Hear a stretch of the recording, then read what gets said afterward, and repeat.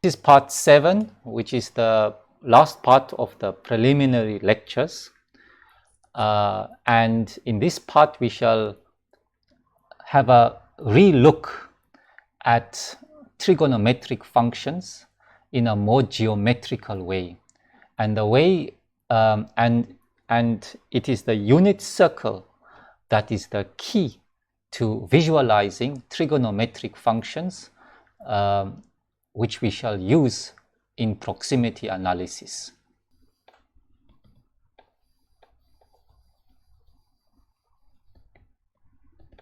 Okay. Now, in high school, you met functions and you were very good at working with functions of the form sine x and cos x. And this is what you called trigonometric functions.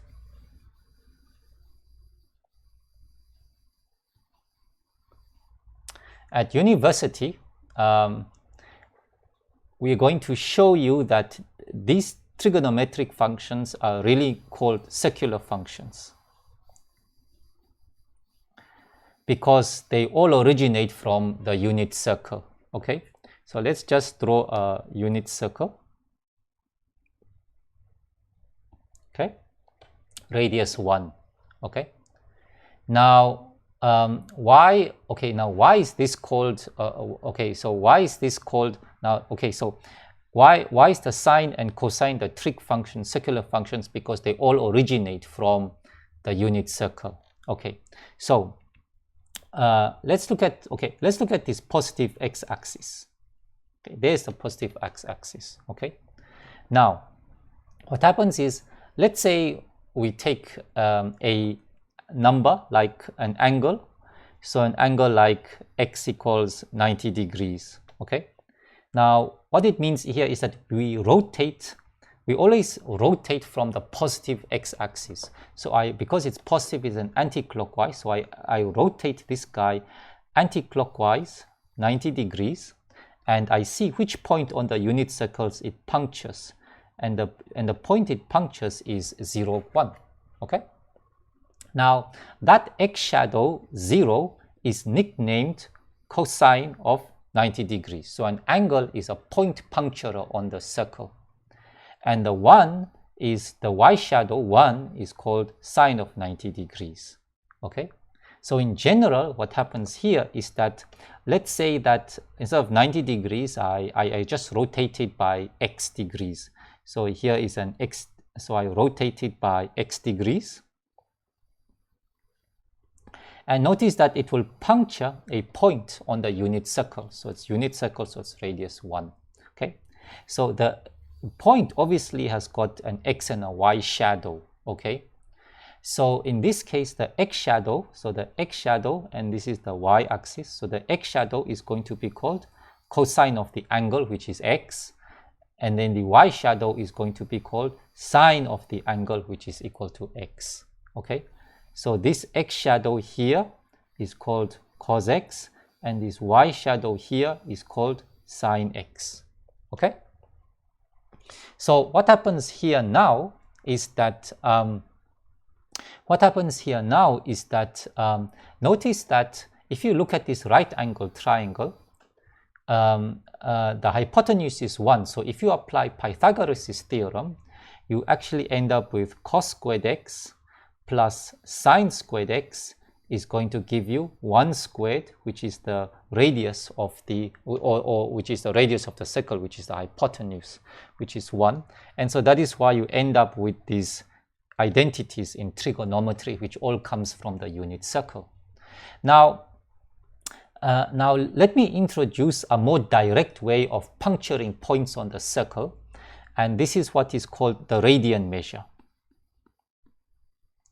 Now what the radian measure does is that, like the angle, it always originates from the positive x-axis. So it originates, okay, so look at this, the positive x-axis punctures the point 1, 0. Okay, so this is what is called the initial point.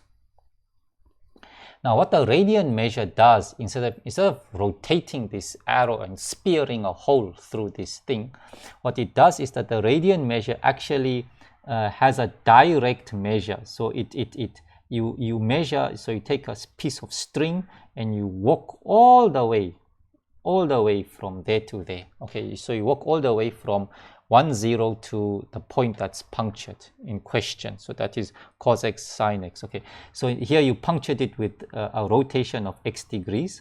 Now this point is, instead of being called x degrees, this actual distance you walked is actually going to be called x. Is going to be called x radians. Okay, so this is the arc length. Okay, and so notice that if you look at this arc length, what happens here is that okay, so let's now actually consider two different angles. Okay, so let's have another circle. Okay, so that's called the arc length, and then sine x will then give me the y shadow. So cos x will be x coordinate, and sine x is going to be the y coordinates. Okay, so now let's just consider the unit circle again. Okay, so here we have the x-axis and here we have the y-axis. Okay, so let's say that this point is punctured by x1.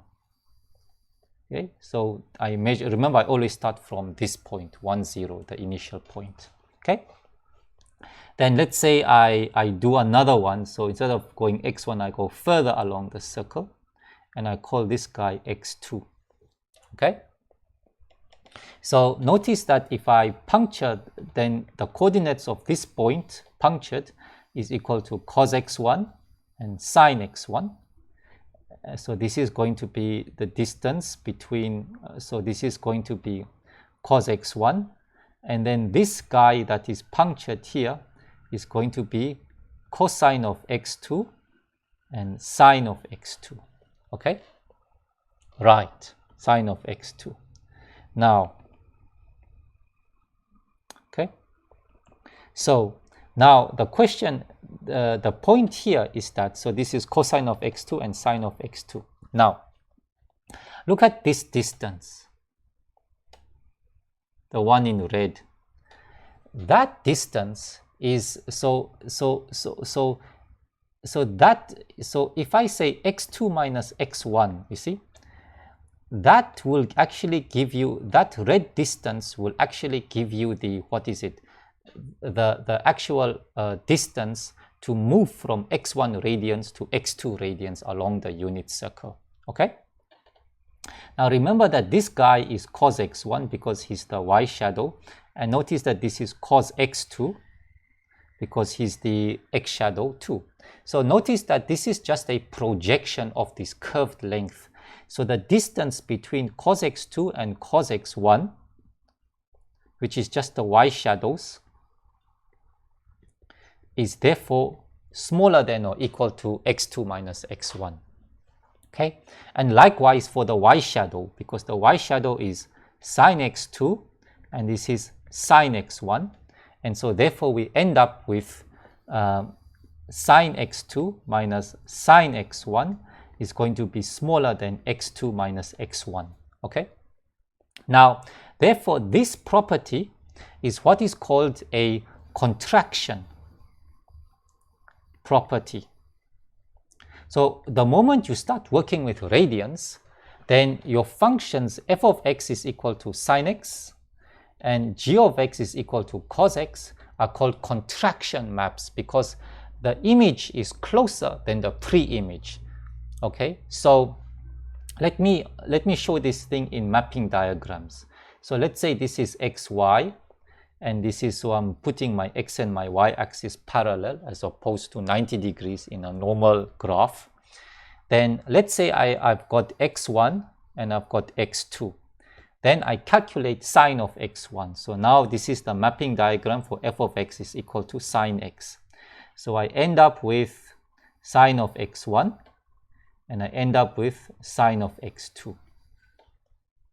If I take the distance between x2 and x1 and I take the distance between sine x2 and sine x1, I will see that the distance of the images is closer than the distance between the pre-images, and likewise for cosine. Okay, now this contraction mapping property is very important when we look at questions in the proximity of circular functions.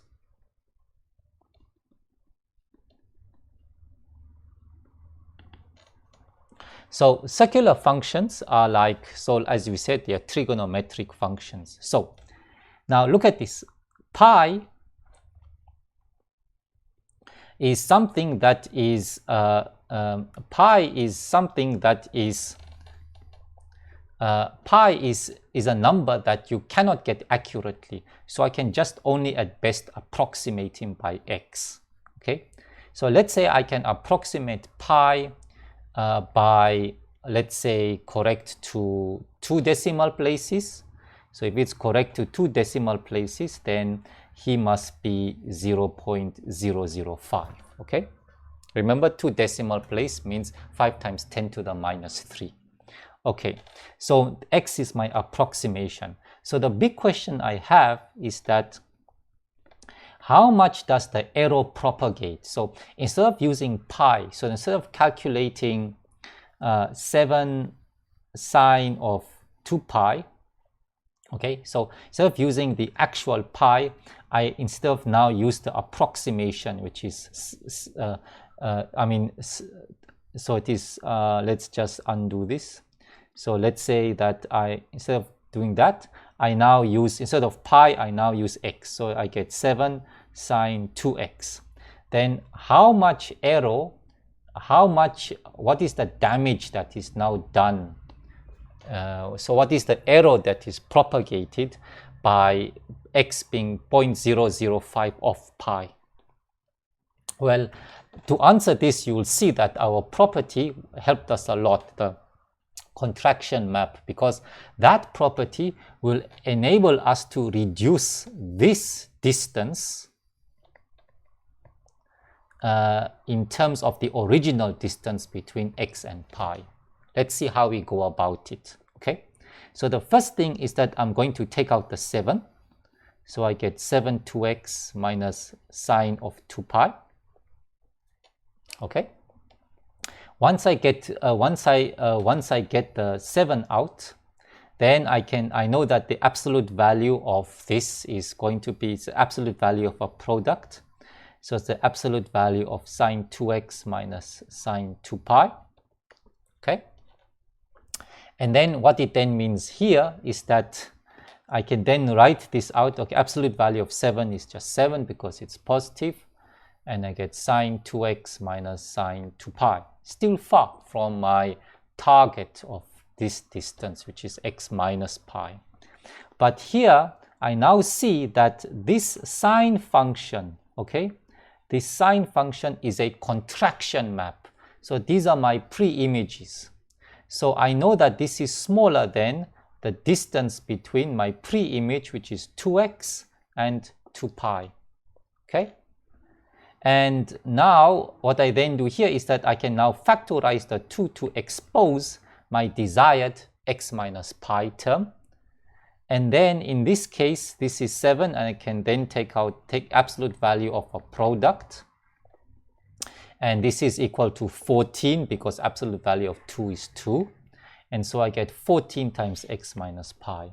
So in short, I was able to show that 7 sine 2x, which is the x is the approximate, minus 7 sine 2 pi is dominated, the distance is dominated by 14 times the original distance between x and pi.